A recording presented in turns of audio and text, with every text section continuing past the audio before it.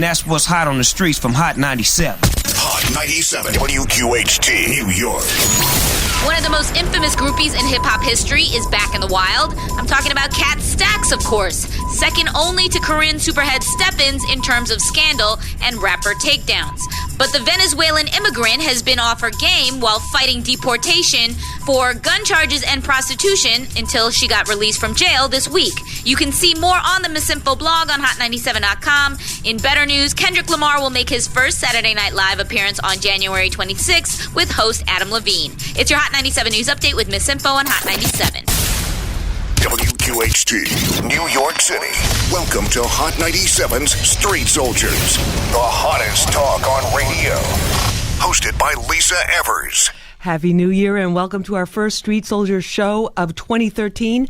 I'm your host, Lisa Evers. Follow me on Twitter, @Lisa Evers. We are talking about guns in the schools. Are armed guards and police patrolling hallways the only way or the best way to stop another Sandy Hook tragedy? We're going to open up the phone lines right now. Let us know what you think at 1-800-223-9797. That's 1-800-223-9797. You can also hit us up with a text at 75759. That's 75759. And also text your friends and family out of state. We are streaming this show live on Hot97.com so they can listen and they can even call in from wherever they are on this topic of guns, armed guards in the schools. 1-800-223-9797. Joining us for this episode of Street Soldiers, Eldridge Hawkins Jr. He's a former mayor of Orange, New Jersey, former police officer, now the owner of a security company, Black Belt Security and Investigations. Also with us, Chris Gadsden, vice principal of Abraham Lincoln High School in Jersey City. On the phones, we have Gregory Floyd. He's the president of the School Safety Officers Union, and State Senator Malcolm Smith from Queens. He has conducted many gun buybacks and has been working to get guns off the street. And Eldridge Hawkins, I want to start with you on this. You say that we need to have an armed presence in the schools. Why? Absolutely. If you look at any of these shootings, there was a lot of life loss, and especially when you look at Connecticut, as brave as the teachers were and the principals that sacrificed themselves for the kids, if there was an armed presence in that school, they might be alive today. And that's the bottom line. When we have bad guys in schools that are killing people, we want to be able to reach out to the good guys, the police, to get them there as quickly as possible to save life. So if they can actually be there on campus or in the schools or in the hallways, it reduces their response time and it can keep people from unnecessarily putting themselves in harm's way. State Senator Malcolm Smith, what are your thoughts on that? Well, and I respect Mr. Hawkins' opinion, but I just can't subscribe to more guns being the answer. I think what's critical and unfortunate what happened in Newtown and even here in New York City in first few days, we've had a lot of shootings, but you got to get the guns out of the individual hands. If you think about any of those schools where individuals came to do some shooting, it wasn't someone that actually was in the school all day long. They came to the school and they came there with a gun, which meant that whether there was an armed guard inside or not, that wouldn't have stopped that act from happening. What stops that act from happening is either controlling the gun, getting into that person's hands, and or even if they had negatometers, at the schools. When you put guns in the school, walking around elementary school, high school, it's just a bad signal to our kids where society has gone. And safety is first and foremost. But, you got to get the guns out of that person's hand if you really want to talk about not getting it into that school. So you're saying it has to start before that. Chris Gadsden, vice principal in Jersey City, Abraham Lincoln High School. What do you think about the guns in the schools, the police patrolling the hallways, and what the senator said? Well, I agree partially with what the senator said. You can't have all these guns inside of the school. But if you have partnerships like we have in Jersey City, whereas inside of our high schools, we partner with the local police departments to have our community officers inside of the building. So when you have community policing and then you have partnerships with the schools, they are effective and they are a deterrent. Now, I would hope that we can try to get all these guns and everything else from stop coming into the community and ultimately into our buildings. But to have a deterrent inside of the building that can actually folks can look at when they come through the front door and say, "No, this is not going to happen today," or we're not going to have tragedy on our hand because we have that presence inside of our building. That's huge. It serves as a deterrent, and it's very necessary, especially when you have partnerships and people don't have to look at policing as like the enemy, but they can look at it as a true resource. And as people that are there to help them in the event of an emergency. Yes. 1-800-223-9797, Hot 97 Street Soldiers. We're talking about armed guards in the schools as a way to prevent another Sandy Hook tragedy. And Gregory Floyd, your officers or school safety officers are in all of the New York City public schools. What do you think about this push that some districts are doing to actually have more of an armed presence? First, I want to say our members, school safety agents, don't get enough credit for the work that they do because they prevent tragedies like this every day because they have the metal detectors and they are trained to see and notice things that are out of the ordinary, like bulges in coats and a child acting weird, and they just really prevent incidents from happening. The second thing I want to say is that if we do not ban assault weapons, because that's really where the problem is. I'm not talking about handguns. I'm talking about assault weapons. If we don't ban these weapons that are made to shoot multiple times at a time, we are a society that's in trouble because Columbine had an armed person at that campus, and they couldn't prevent that tragedy. So just to put the person there with a handgun and someone's coming in with these assault weapons, that person's going to be outgunned. They don't even stand a chance. And then they have the body armor. That's a great point. And then you're just going to have the tragedy, and then you're going to say, well, put 2 or 3 or 4 or 5. But if someone comes in with an assault weapon, they could kill every guard, every school safety agent, and then continue the carnage. The assault weapons are the problem, not the handguns. Good point. Let's go to Mike right now. Mike, hi. You're on Hot 97. Go right ahead. Good morning. This is Mike Tucker from the Lay the Guns Down Foundation out of Brooklyn, New York.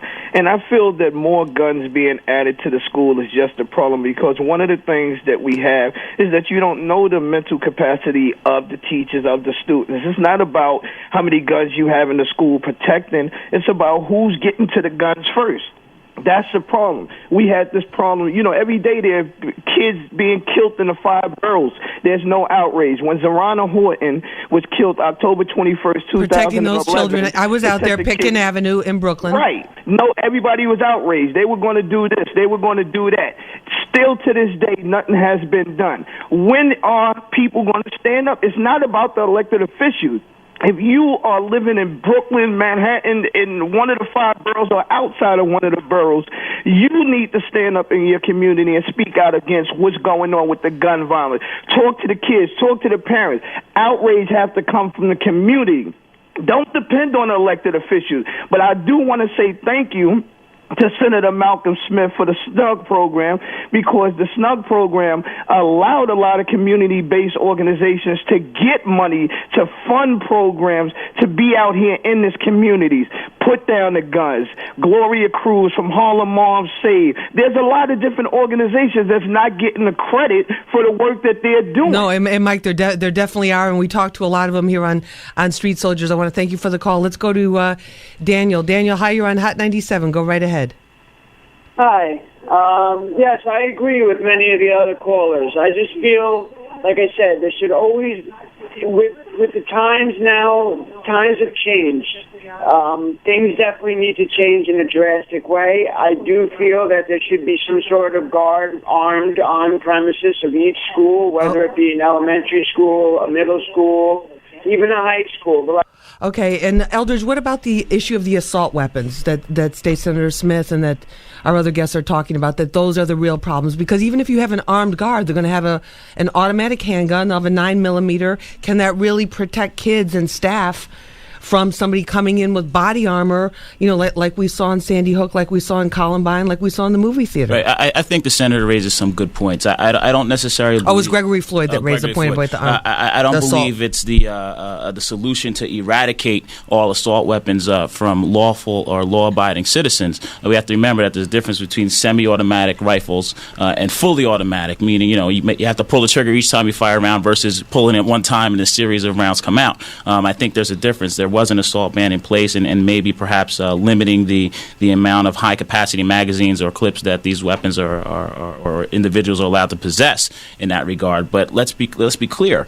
Whether they have an assault weapon or a handgun, it still fires bullets. It still kills people. And when you're sitting in there in a school and somebody comes in there with a firearm and is attacking our kids and our teachers, you're going to call the police.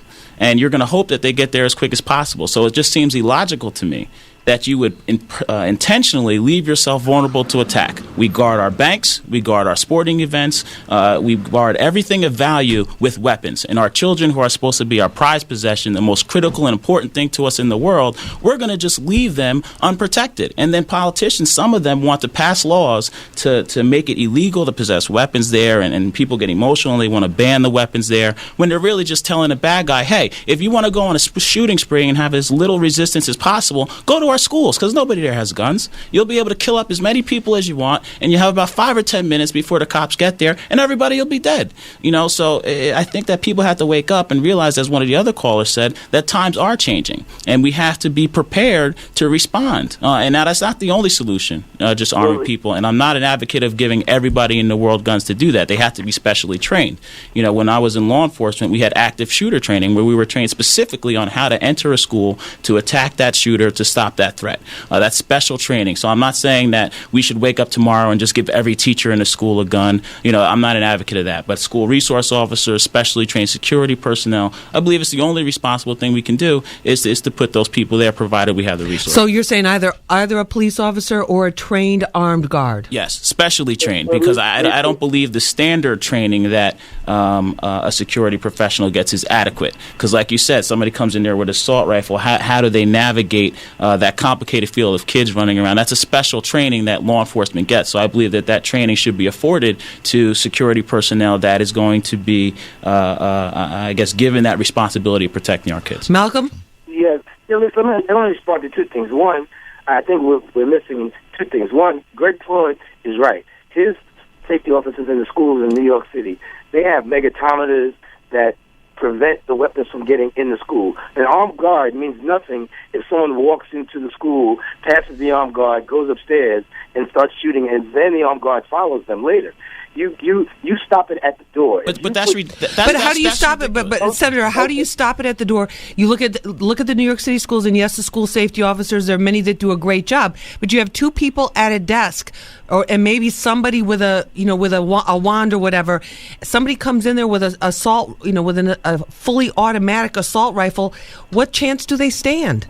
But let me just say this. First of all, if you have the megatometers or whatever, just like when you go to the airport, people walk through those instruments. If they walk through that's going to be detected, so that's going to be the deterrent, first of all. And let me just say one other thing on the assault weapons ban, which is going to happen. You should know. I just had a meeting with the governor, my colleagues and I, just a couple of days ago. We're actually going to be introducing a piece of legislation that's going to make the New York State have some of the toughest anti-gun laws in the nation. And in particular, as what was said earlier, the key thing is that magazine. We're talking about dropping that magazine level from 30, and I think Washington is going to have 10. We're going to drop it to 7, because that's really what happens. There's no reason for somebody to have a Bushmaster assault weapon where they're claiming they're hunting with 30 rounds. You're not going to shoot 30 rounds at any particular person or any animal that you're hunting. 4 or 5 rounds, 6 rounds, you're fine. So two things. One, we are going to put an assault weapon ban in place, along with mental health evaluations. But in particular, at that door in the school, you can't. It's just like two wrongs don't make a right. I'm not going to sit there and have kids walking into a building and armed guards walking through the whole school. These little kids. It opens up another can of worms. Who knows what happens with some of these young men or these that might threaten or put their chest up to the armed guard. He gets an attitude, but it just opens up so many other violations that can occur. When you have a gun, first of all, in the back of your mind, you're assuming you're going to use it at some point. And I don't want guns in my schools with individuals, no matter how well trained they are, saying to themselves, well, if somebody comes in front of me and chests me up and gets in front of my face, I got the opportunity of using this gun, and I can just say, like in Florida, with Trayvon, well, I was threatened, and so I pulled my gun out. Not going to happen. Not going to happen in our schools. Chris Gadsden, Vice Principal, what do you say about that?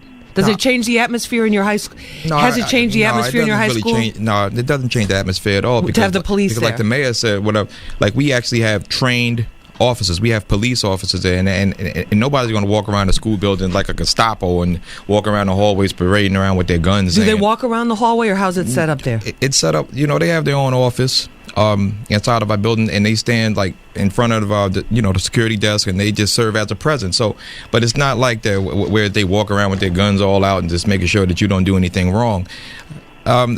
Points that people are making about assault weapons and things of that nature. I'm not too concerned with assault weapons inside of the inner city, inside of Jersey City. I'm also concerned with the fact that folks have access to weapons without any type of accountability. And one of the fears, whatever, that I have is the fact that we have such a huge amount of guns on the street that no one's policing and watching that. And when mayors around New Jersey have called for more strict gun laws and legislation to track weapons and things of that nature, and these things are falling upon deaf ears, that's a huge concern right there, because people are agreeing whatever with the NRA and agreeing whatever with different lobbyists and things of that nature, and that makes it harder, whatever, to police whatever guns.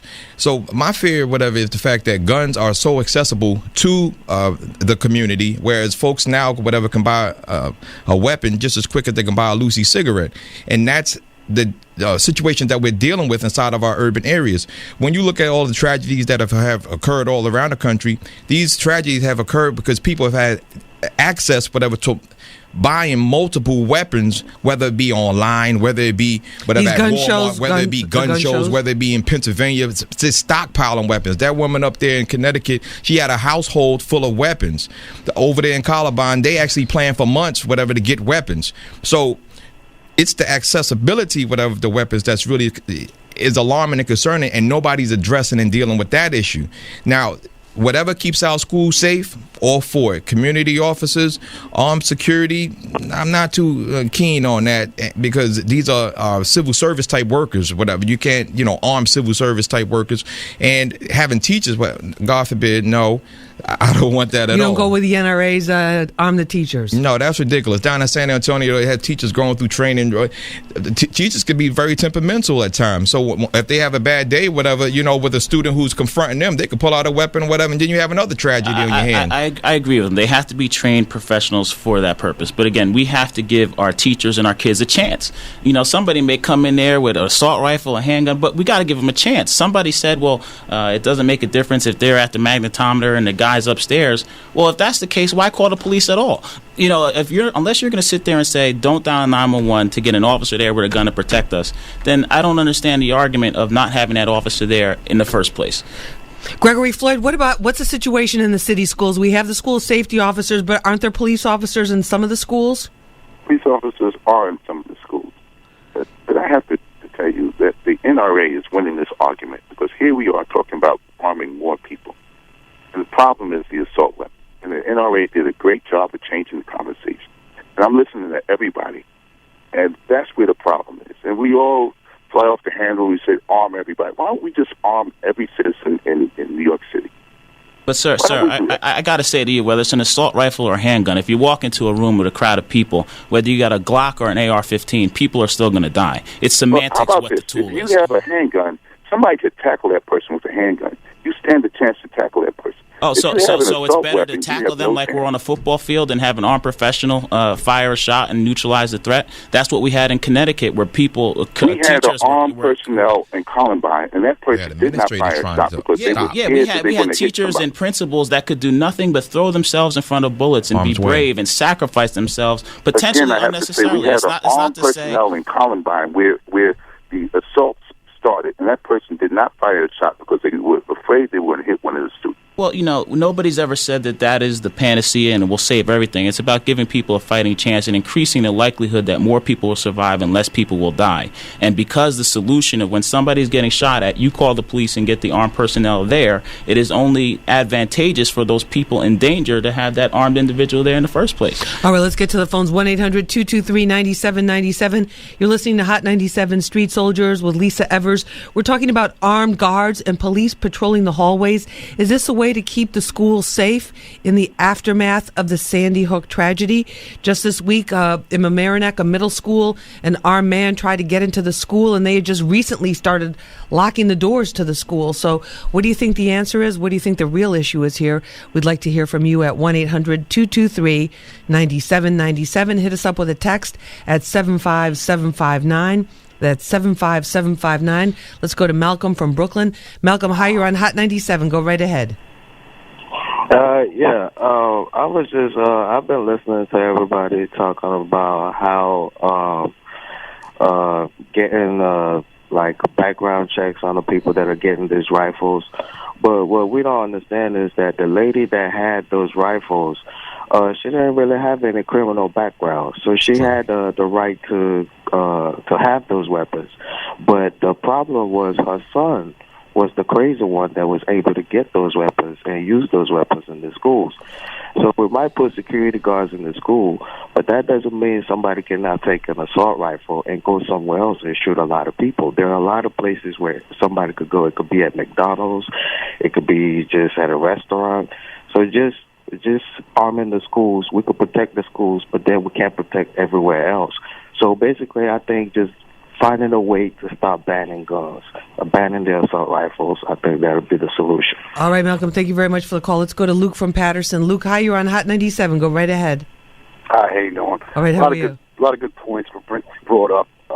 Just like to say that as far as the handgun issue as opposed to the assault weapon, it's ridiculous to say that, with a handgun you got a chance to tackle someone or something like that. But a lot of the police departments are equipped with their own assault rifles, and you're not going to have that officer walking around the school. That officer's going to be set at a post, like was said earlier, in a certain room with cameras per se. But beyond that as well, you're not going to stop the guns because it's big business, and it's not going to be handled that way.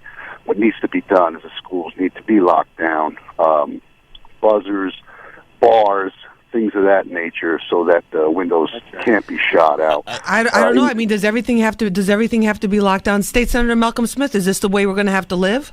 Yeah, that may be the new norm, if you would say it. And I'm not opposed to the school buildings being locked down, or even again, I really believe we've got to look at this in a larger picture. You also got to remember you've got these kids in school, and what are we saying to our kids? That we now have to have armed guards in the schools. You lock the schools down. You do megatometers. You put the security officer there. I mean, in New York City, and Greg can tell you, I don't recall of late that we've had any shooting inside the school building.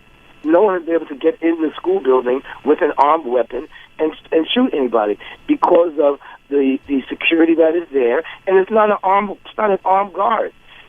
So there's two things we have to deal with here. One, and some of your callers said it, we've got to deal with the banning of the assault weapons. You got to deal with the high caliber magazines. You got to deal with the mental illness of individuals, the registration of guns, and what's really key is the illegal guns.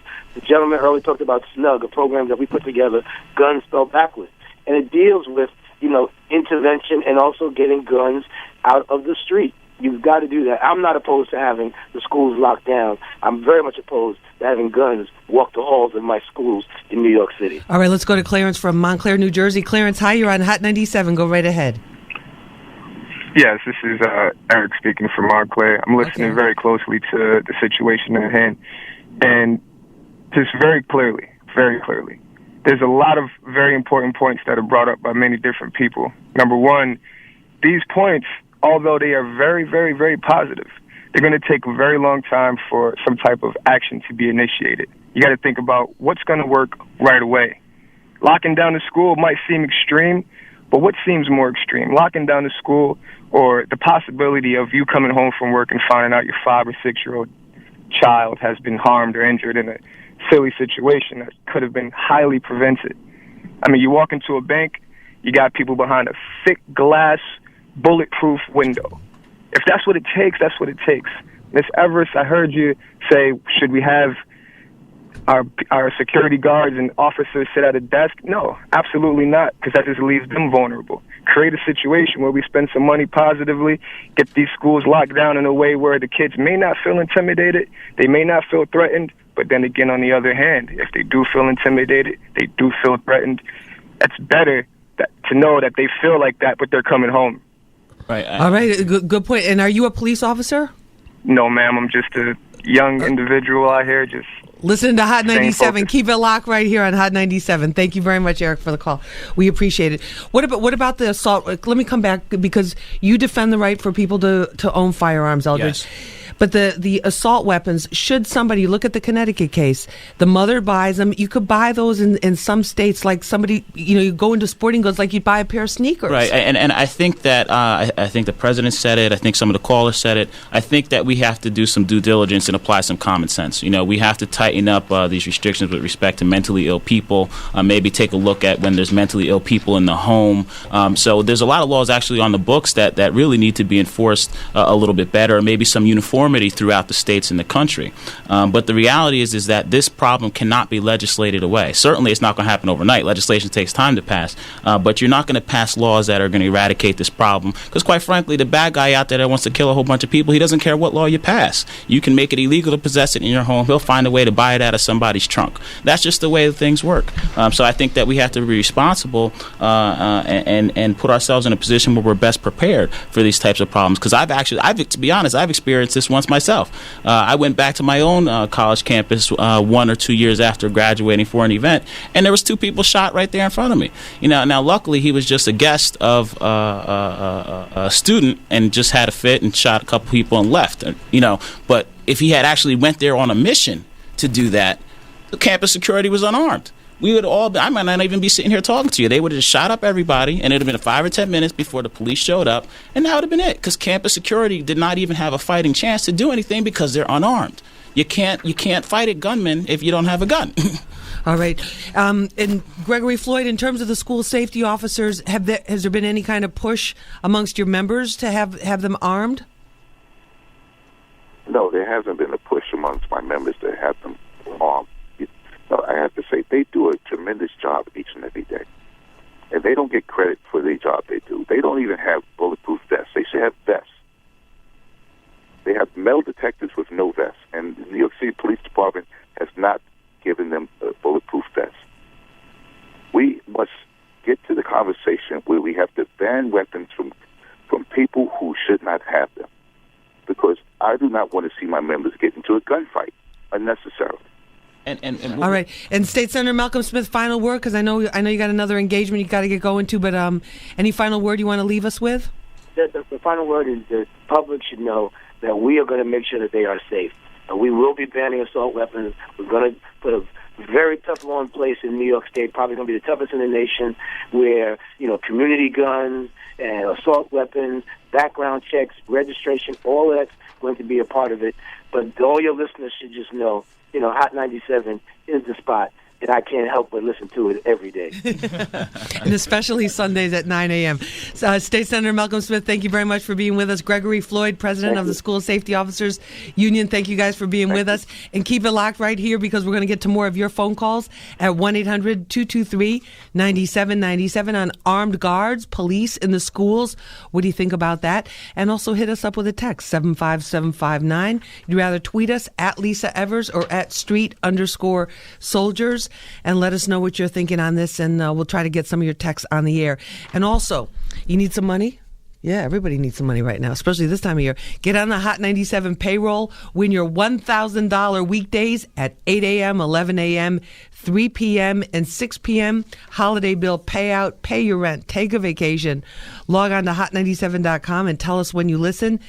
And they're gonna start cutting those checks on Monday, so make sure you check it out. You're listening to Hot 97 Street Soldiers. We'll be back right after this.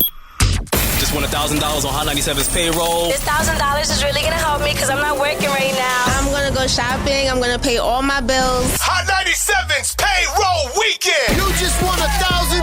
Thank you Your $1,000 weekdays at 8, 11, 3, and 6. Use it to get away, pay your rent, or use it as a holiday bill bailout. Checks get cut beginning Monday at 8 a.m. with the Cypher Sounds and Rosenberg Show. Hit Hot97.com and tell us when you listen. The holidays are over. The new year has begun, and there's a familiar voice returning to NBC. Do what I tell you. Attack now. Oh, Jillian, she's back. Tonight, Jillian's back in The Biggest Loser's biggest season yet. Let's go. It's time for a second chance on life. Your son needs you. Now get up. The Biggest Loser 2-night premiere starts tonight, and tomorrow after night 2, the premiere of Deception. What would you do for your best friend? Would you keep her secrets? Would you track down her killer? Vivian Bowers was found dead in a motel room early this morning. Joanna's childhood friend was a notorious celebrity. The family's worth $10 billion. Until somebody wanted her out of the way. Now to find the truth, Joanna will live a lie. They trust you. You're like family. They're gonna know I'm a cop. The trouble is, everyone's a suspect. Soon they'll all know why I'm really here. The Biggest Loser 2-night premiere event begins tonight. And don't miss the premiere of Deception tomorrow on NBC. Tonight, starting at 9 p.m. only on NBC4 New York. Wendy's presents The Hockey Mom. My little Jimmy scored his first goal. How about a celebratory dinner? I could cook something, I guess. Or Wendy's kids meals are just $1.99. That sounds great. Oh, excuse me. Check up, Jimmy! Did you say $1.99? It's a win-win. Now Wendy's kids meals are $1.99 after 4 p.m. Options they'll love. Smart move for you. Making parents and kids happy. That's Wendy's way. Now that's better. At participating Wendy's for a limited time. At Advance Auto Parts, we don't do anything just part way. We go full throttle. We don't just sell batteries. Oh, no. We install them fast and free with purchase on most vehicles. And we mean fast. If strapping on an experimental jetpack would help us install your battery any faster, we do it. Unfortunately, jetpacks can be squirrely. Too bad, because we really wanted those things. Fast, free battery installation at Advance. Service is our best part. Advance Auto Parts. Love that chicken from Popeyes. In Louisiana kitchens, nothing is an afterthought. If you're going to cook something, you got to give it your best, honey. You take wings, for example. Most people use pre-breaded frozen wings. Not Popeyes. I treat my spicy Cajun wings the same way I treat all my bona fide chicken. I marinate them in Louisiana spices for 12 long hours, hand batter them, and fry them up fresh. And right now, you get 6 of my wings and one of my great dipping sauces for just $3.99 or 9 pieces mixed for $10.99. You might just want to jump in your car right now and get down to Popeyes, honey, because by the time you get here, you are going to be drooling. 6 wings and dipping sauce for $3.99 or 9 pieces mixed for $10.99. So what's it going to be? Pre-breaded frozen wings that somebody cooks as an afterthought, or my Popeyes spicy Cajun wings that get the same loving attention all my chicken gets? I think I know the answer to that one. Offer plus applicable tax at participating restaurants for a limited time. Louisiana fast. At Major World, if your vehicle didn't survive the recent storms, we're ready to help you replace it. Major World of Long Island City has over 3,000 dry cars at crazy low prices. We'll even pick up your old car and provide insurance adjusters to help you with your claims. Stuck and can't get to Major World? We'll come and get you and give you a $1,000 Major World voucher towards your purchase. And if you've got bad credit, don't sweat it. Remember, despite the storms, we're totally open. Major World, 4340 Northern Boulevard, Long Island City, Queens. Call 1-800-MAJOR-AUTO or go to MajorWorld.com. Yeah, what up? This is Styles P the Ghost, and this is Street Soldiers with Lisa Evers. Real issues, real politics, and real people. Only on Hot 97. Yeah, Ghost told you so. That's right. Thank you, Ghost. 1-800-223-9797. We're talking about guns in the schools in the aftermath of the Sandy Hook tragedy. Is this the way to protect our kids? I'd like to know what you think. 1-800-223-9797. Hit us up with a text at 75759.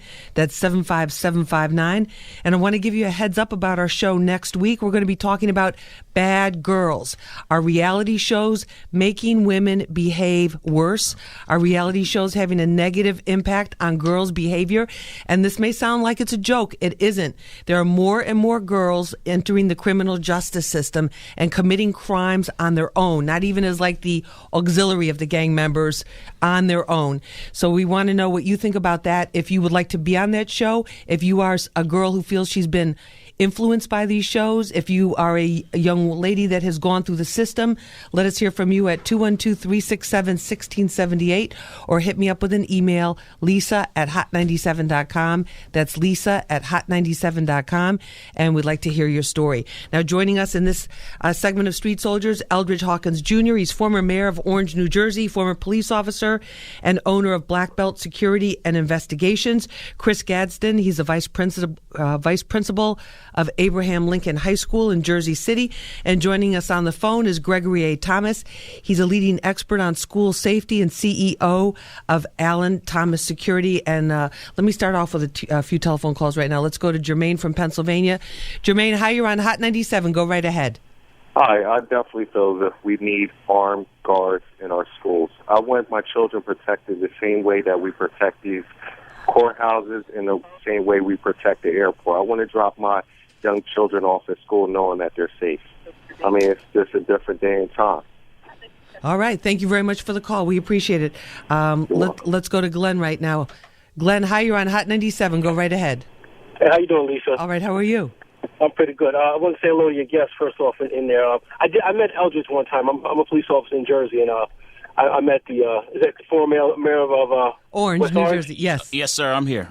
Yeah, we met once before a while back. First of all, I'll say hello and good morning to you guys. Listen, I'm a police officer in Jersey, and I'm definitely familiar with what we have going on. When we get assigned to the schools, like I was speaking to your secretary before, we all feel a lot more, 20 police plus. We all feel more comfortable. Parents, the teachers, students alike, all feel more comfortable seeing us standing in front of the schools, greeting the students when they come through. Whether it's young kids or the high schoolers, everybody feels a lot more comfortable seeing the police officers there. I mean, myself, I didn't really think that it would make such an effect or cause such a difference in the schools having us there. But looking at the totality of everything, I mean, like your last caller said, the airports get protected, the courts get protected. Why can't our children, be protected the same way? All right, good point. Thank you very much for the call, Glenn. Chris, there's a point. Some people say, okay, if you have the police and they're armed and they're in the schools, it creates kind of this atmosphere of tension. But the opposite of that is some people say it creates a climate of safety where everybody feels like, okay, if something does jump off or go down, there's the officers here to handle it. Totally, because our police officers are situated as the students and everyone come into the building. So all of our, community officers, they're well received, teachers, students alike. And even like when school dismissed, our community officers are outside on the corners, outside engaging the community, outside just making sure that everything is safe and secure as our children transition and they go home. So it's from the beginning of the day all the way until the end of the day. And that added security along with our security guards and along with our support staff and administrative staff who was outside and everything. That presence right there is a deterrent. Now, there's been some instances where I'll give you one case in general. Like just last month, we had a student who just had brought a BB gun, whatever, to the surrounding areas of the school, and he put it inside of a lot across the street from our school. So everybody's outside, and so we see this kid going into the lot to go retrieve something. Community officer sitting inside of an unmarked car sits around and says, "Hey, what are you doing?" And then we just pick them up, So that added security, those added eyes are so important when you start talking about having people be secure. So it's not just having people walking around, whatever, with a rifle and just patrolling the hallways, not being engaged with no one inside of the school. You need those trained officers who know what it means to be community officers inside of the schools for that added level of security and safety. And to give it like that, Drew, what's happening with the text messages? All right, so I have a tweet here and a couple of text messages. The tweet comes from Respect the Curve at Official Tissue. He says that let's not arm the kids. Let's talk about prevention, proper screening, mental and criminal background checks. This is a national issue. And on the text message, we have a text from Lavelle from Queens, New York. She gets straight to a point by saying that schools need metal detectors, and that's it, the problem solved. And I found this text to be very interesting. This text says that it's ludicrous that I am in school safety. I work in school safety, and I don't feel safe at the school that I work at. We don't have metal detectors, and everybody and everybody might do. Some kids might be a copycat from the Sandy situation. Like, this is crazy. All right, interesting. Thank you so much. If you want to have your text read on the air, hit us up at 75759. That's 75759. Hot 97 Street Soldiers, talking about armed guards and police in the schools. Gregory A. Thomas, you're a leading expert on school safety. You were in charge of the school safety for all of New York City schools for planning.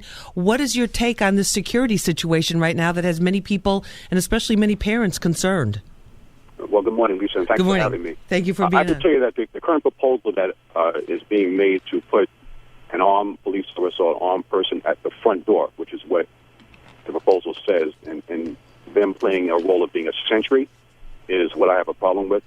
What the mayor just mentioned about having the right police officer who's trained and appreciates community policing and understands the importance of schools and what schools are built for. Schools are built for teaching and learning. So to have them devolve into something that looks like a camp or a military installation where you have a person at the front door trying to deter somebody from coming into that front door with a weapon, that is going different and going contrary to the process that's out there now with school resource officers and those that are in schools that are trained to engage with students and become part of the school community. Right. I think there's a lot of good points there, and I think ultimately the decision should rest with the locality as to what level of security they need. Each individual superintendent and school principal knows the climate and the element in which they teach and the level of security that they need. So whether that means that it's just somebody at the door or a sentry going through the halls, I think that decision should be left to them to decide.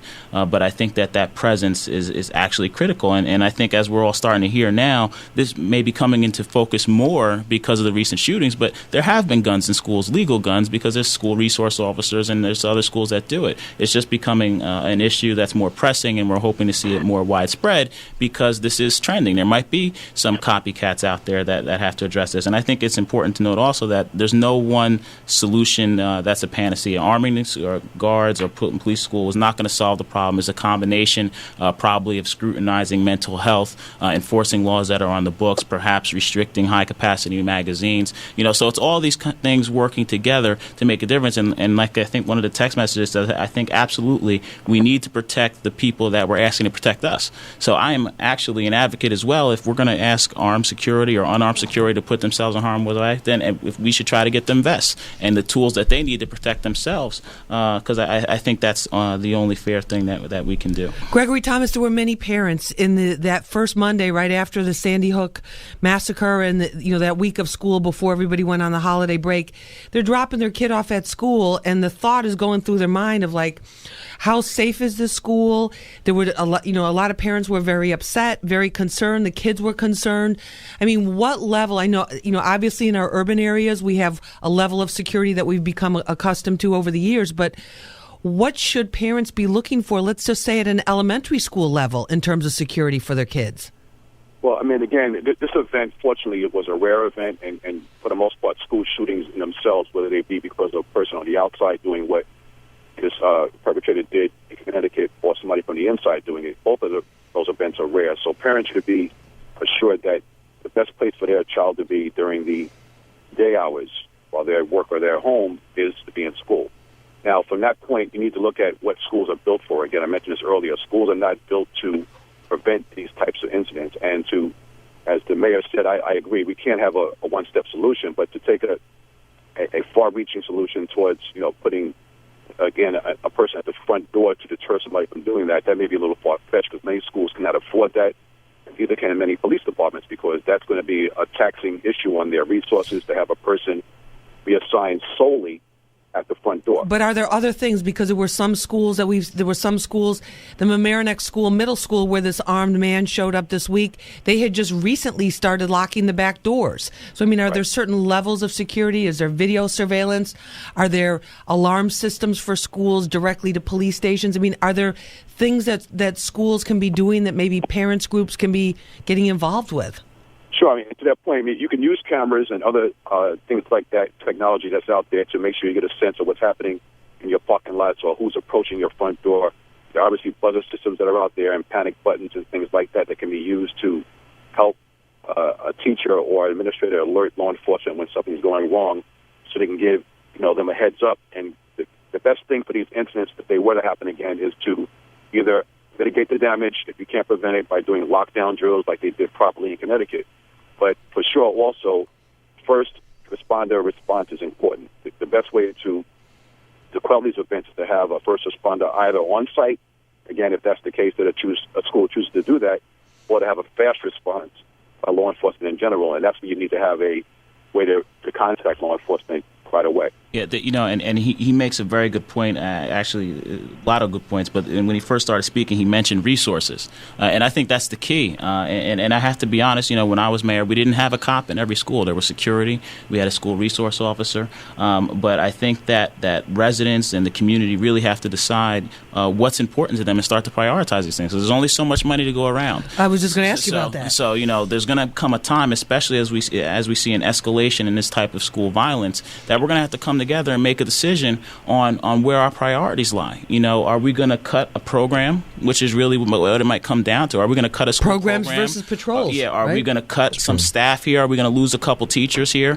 financially speaking, through a layoff, so that we can afford to staff a school around the clock? These are the hard fiscal decisions that come into play that nobody wants to talk about. What would you be doing now if you were mayor of Orange? Well, if I was mayor right now, in light of what's occurring, I would have to. I feel obligated to put an officer in every school. There was a time where we were going through our layoffs, and I was more conservative with how we were spending money, and we were cutting back. But I started getting too many phone calls in the middle of the night saying somebody just got shot, and it got to the point where I told the police director, I said, I don't care how much it costs. Put a special unit out there and stop these shootings right now. And it's not that I'm insensitive to some of the callers that don't want the school to look like a military installation, but I'd much rather offend your sensibilities in that regard than have to pick up the phone and call you and tell you, I'm sorry, your wife, your daughter, your son, your brother is dead. All right, let's go to the phones right now. A lot of people on hold waiting to get in the conversation. Hakeem from Jersey City, you're on the air. Go right ahead. Yeah, good morning. How you doing, Lisa? All right, how are you? I'm good. The Second Amendment, definitely outdated. Should just do away with the Second Amendment altogether. It was put in place before the National Guard, put in place before the Border Patrol, put in place before America got organized, truly. It's definitely outdated. And if you don't want to get rid of it, have it to where it reflects the times. If we go into a time of war, we declare war on another country, make guns available. With all the agencies I just named, like the ATF, every police department, these gun manufacturers aren't going to go out of business. And we should not be locking down schools. School is an institution for education and peace and serenity. These kids just go there and be enriched and learning, not security and locking them down. I remember when I went to school, we had one police officer in elementary school when I was attending school in the 80s, and then we had 2 officers in high school. There's no problem putting a police officer in every school. Definitely should keep the incidents down, and teachers should not be armed. I don't want a teacher having a bad day with my kid and decide, you know what, I hate my job, let me just pull this gun out, get rid of this kid I don't like, and then get rid of myself. Teachers should be the last ones armed with all the kids they have to deal with. I'm a father of 4.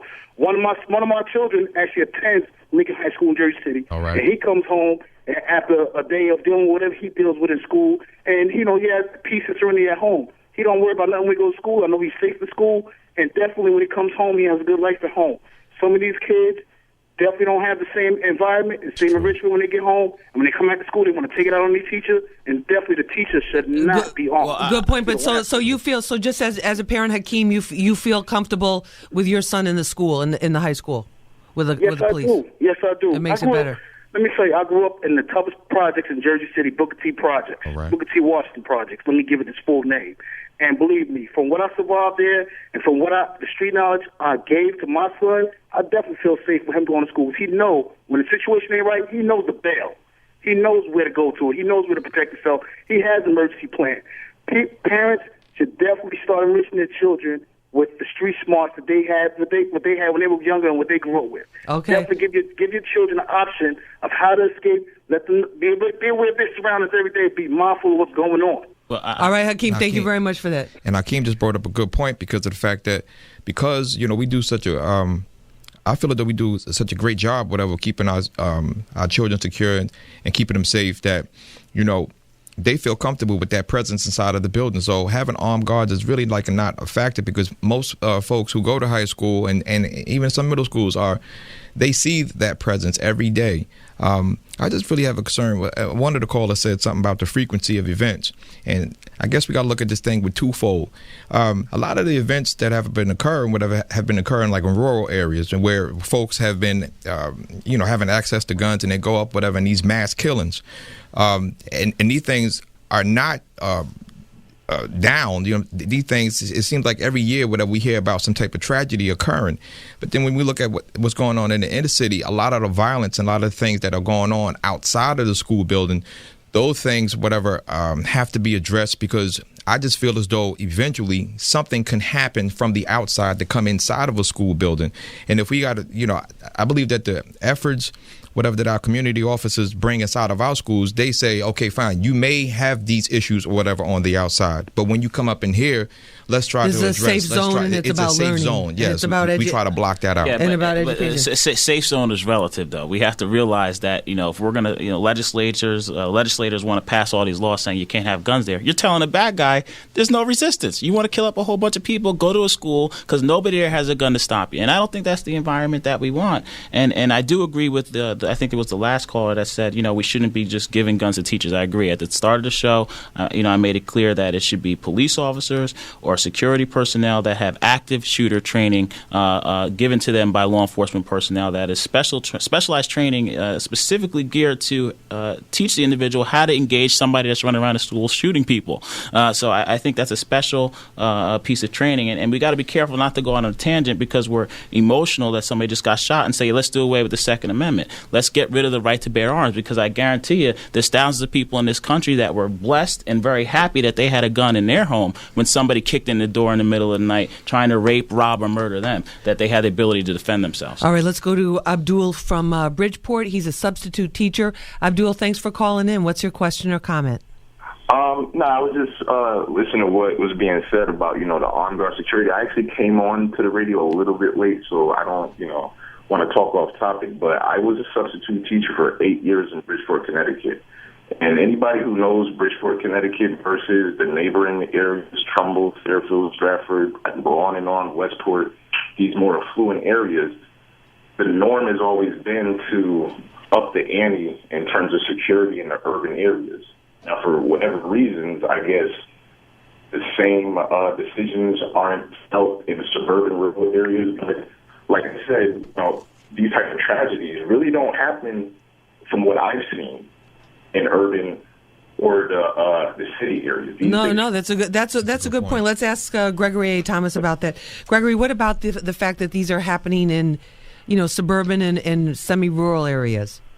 Well, I'm not sure that we want to generalize it or put it particularly to what neighborhood does this. I'll give you some practical research, though. In 2004, the U.S. Department of Education and the Secret Service released a report where they did a study looking at those students who were incarcerated for perpetrating targeted school shootings, basically your Columbines that have happened over the years. They wanted to find out was there a profile or were there any warning signs out there about who might do this. So, to your point, there was no finding that it was all male, all Caucasian, all female, or any race issues, or for that matter, it didn't matter where they lived. What they did find is that many of these children that did that were bullied. But one other key point is that when they were asked, with law enforcement presence at the school that you were going to do this event at, or that you did do the event at, would law enforcement presence have stopped you from doing that? And to a person, they all answered no.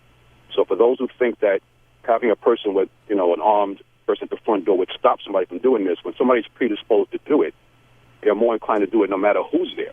And I'm not saying that's a guarantee, but we do know from some students who did these events, they basically told the researchers through oral research that they would not have been stopped or would have stopped them from doing what they were doing. Yeah, but the ones that did the most destruction are dead. They can't be interviewed for any kind of study.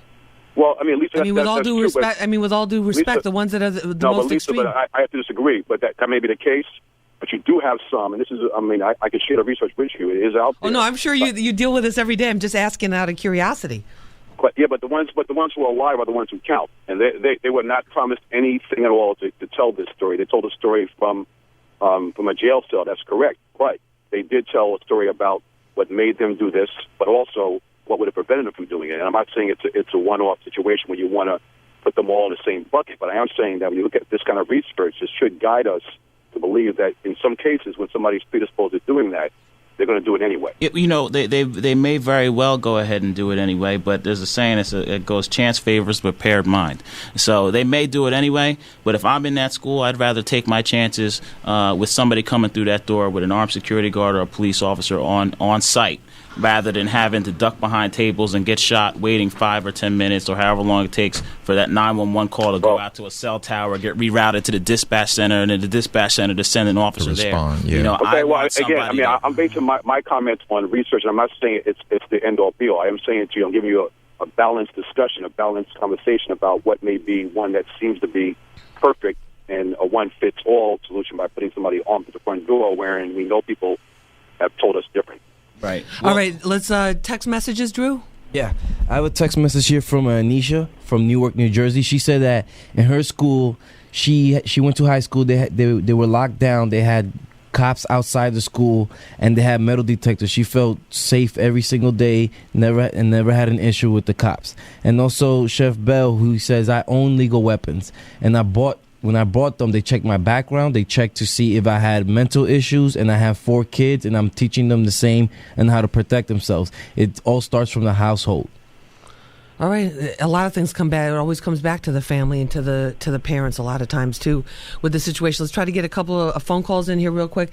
Winston from Camden's been hanging out for a long time. Winston, hey, you're on Hot 97.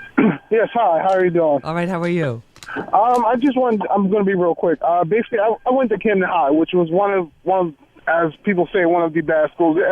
We had basically metal detectors. We had on-staff police officers. We had 2 basically police officers on staff every day in the front to check, and we also had metal detectors. I felt safe every day I went to school. I think that there's no problem with having an actual officer on staff versus, let's say, something goes down. The time that it would take that officer to get to that place, wherever, through traffic and all like that, people are going to die. I'd rather to have an armed officer on duty at all times. And also, let me just add on, there was also an officer, let's just say he was driving by the school, and make like a courtesy stops to where he would just courteously just go into school and just walk, just walk, talk to students, all like that. Make yourself like friendly. Don't give off that oh, I'm a police officer, I'm armed mindset. Just make yourself to where like you're just there to do your job. You're not going to be like all mean and all like that. That's what I think that where it would be where people won't feel threatened. Like if you're a police officer and you're armed and you're there, like make yourself, like friendly to the actual students. Don't be like, oh, I'm officer, don't do this. That's how I think that should go down. All right, Winston, thank you very much for the call. I really appreciate it, but we're just about out of time. And to Cornell, Kevin, Patricia, Daniel, Warren, everybody else that's on hold, I'm sorry we can't get to your telephone calls, but please try again, and hopefully we'll get to you next time you call into the show. I want to thank all of our guests for being with us for this episode of Street Soldiers.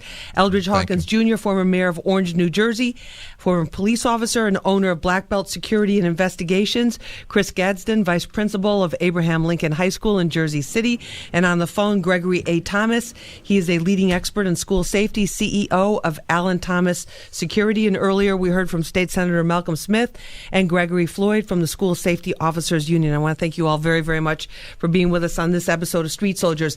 Next Sunday at 9, we're going to be talking about the effect reality TV shows and the bad behavior that's now become popular is having on women, especially our young girls who are now coming into the criminal justice system at a much higher rate than ever before. That's what law enforcement's telling me, and also what prosecutors are telling me. So if you have been affected, if you find your behavior has gotten worse because of what you've watched on TV, give us a call on our hotline, 212-367-1678. That's 212-367-1678. You can hit me up on Twitter at Lisa Evers. Send me an email, lisa@hot97.com. That's lisa@hot97.com. And I want to thank our whole crew here at Hot 97, our Vice President for Programming, Ebro, our Assistant Program Director, Carly Hustle, Marketing Director, Denisha Benjamin, our Digital Guide, Jeffrey Thacker, and my whole crew here, Executive Producer, Tone Capone, Associate Producer, Joe Connor, Production Supervisor, Andrew Veras, Production Assistant,